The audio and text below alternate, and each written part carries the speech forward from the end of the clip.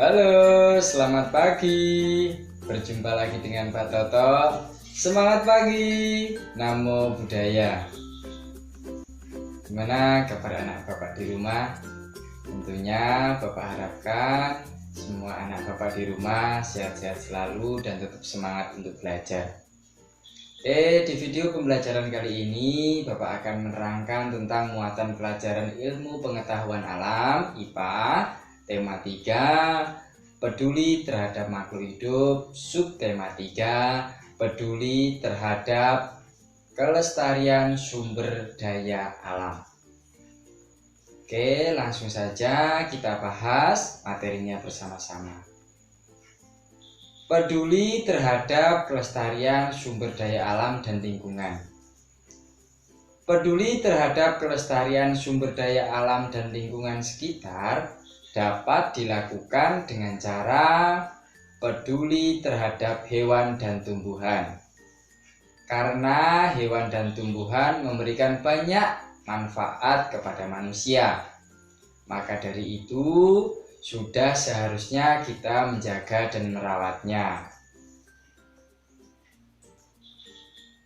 Tanaman yang tidak terawat mudah terserang hama dan penyakit. Tanaman akan terlihat layu dan tidak segar karena tanaman tersebut kurang nutrisi dan air. Jika keadaan tersebut berlangsung terus-menerus, maka tanaman tersebut akan mati. Hewan yang tidak terawat mudah terserang penyakit. Misalnya, kucing yang tidak terawat dan sakit dapat menularkan penyakit ke makhluk hidup. Selain itu, kandang dari kucing jarang dibersihkan akan menyebabkan bau yang tidak sedap. Jika kucing didiamkan tanpa perawatan, maka kucing tersebut kurus dan akan mati. Ciri-ciri tumbuhan yang terawat dan tidak terawat.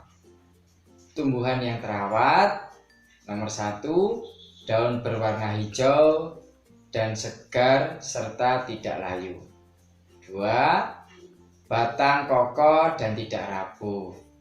3, tidak mudah terserang hama dan penyakit. Untuk selanjutnya, tumbuhan yang tidak terawat.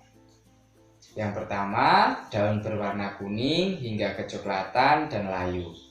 Yang kedua, batang mudah rapuh dan kering.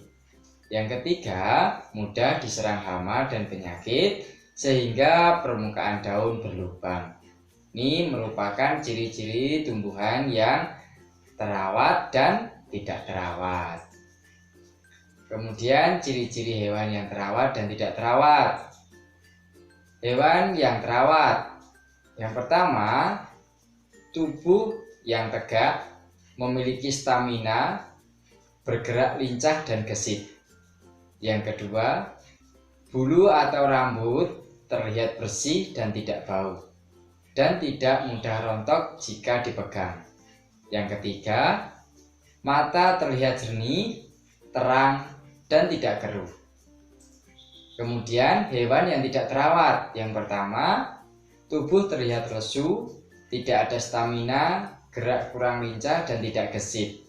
Yang kedua, bulu dan rambut kotor dan mudah rontok. Yang ketiga, mata terlihat keruh dan kurang jernih. Ini merupakan ciri-ciri hewan yang terawat dan tidak terawat. Kita lanjutkan, pentingnya penghijauan sebagai upaya pelestarian sumber daya alam. Pelestarian sumber daya alam di lingkungan sekitar dapat dilakukan dengan cara penghijauan atau reboisasi di sekitar kita. Penghijauan bertujuan untuk menjaga lingkungan dari kerusakan seperti bencana alam, tanah longsor, dan erosi. Erosi ini merupakan peristiwa pengikisan padatan atau sedimen tanah, batuan, dan partikel lainnya. Membenahi tanah bekas galian pertambangan atau memupuk tanah untuk mengembalikan kesuburan tanah. Nah, di sini penghijauan dapat dilakukan dengan cara memanfaatkan lahan kosong di sekitar lingkungan kita untuk ditanami dengan tanaman obat dan yang lainnya.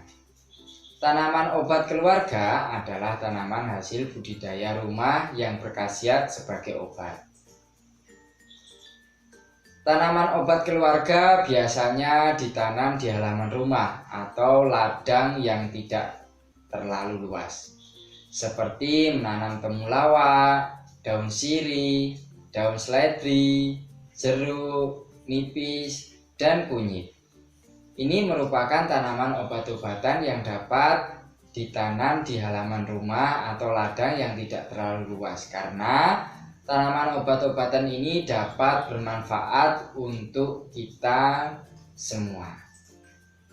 Kemudian manfaat tanaman obat keluarga adalah untuk memenuhi keperluan keluarga akan obat-obatan herbal yang sederhana dan praktis.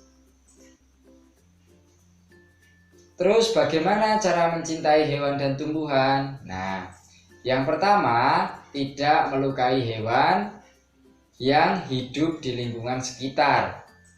Yang kedua, memberikan makanan dan merawat hewan peliharaan. Yang ketiga, menanam lebih banyak tumbuhan di lingkungan pekarangan. Yang keempat, menyiram, memberi pupuk dan merawat tumbuhan. Yang kelima, tidak merusak tanaman seperti menebang pohon sembarangan dan lain sebagainya. Ini merupakan cara mencintai hewan dan tumbuhan. Dan kemudian manfaat dalam melestarikan lingkungan. Nah, setelah kita mempelajari bagaimana ciri-ciri tumbuhan yang sehat, kemudian ciri-ciri tumbuhan yang tidak sehat, kemudian ciri-ciri hewan yang sehat dan ciri-ciri hewan yang tidak sehat, terus kita selanjutnya yaitu bagaimana sih atau apa sih manfaat dari melestarikan lingkungan tersebut. Nah, yang pertama yaitu udara menjadi jernih dan sejuk, kemudian terhindar dari bencana alam, kemudian ketersediaan air bersih yang tetap terjaga, habitat hewan akan terjaga, kemudian meningkatkan cadangan air di dalam tanah, kemudian terhindar dari abrasi pantai. Ini merupakan manfaat dalam melestarikan lingkungan. Jadi masih banyak lagi manfaat-manfaat jika kita melestarikan lingkungan, dan dampaknya tentunya dampak yang baik kita akan terima. Kalau kita tidak melestarikan lingkungan, maka lama-kelamaan akan punah dan tidak bisa dinikmati oleh generasi-generasi yang akan datang. Nah, oke, itu tadi penjelasan dari Bapak mengenai peduli terhadap pelestarian sumber daya alam. Semoga penjelasan Bapak tadi anak Bapak di rumah bisa mengerti, bisa memahami, dan nantinya pada saat Bapak memberikan soal, anak Bapak di rumah bisa mengerjakannya dengan baik dan benar. Oke, cukup sekian. Terima kasih. Semangat pagi. Namo Buddhaya.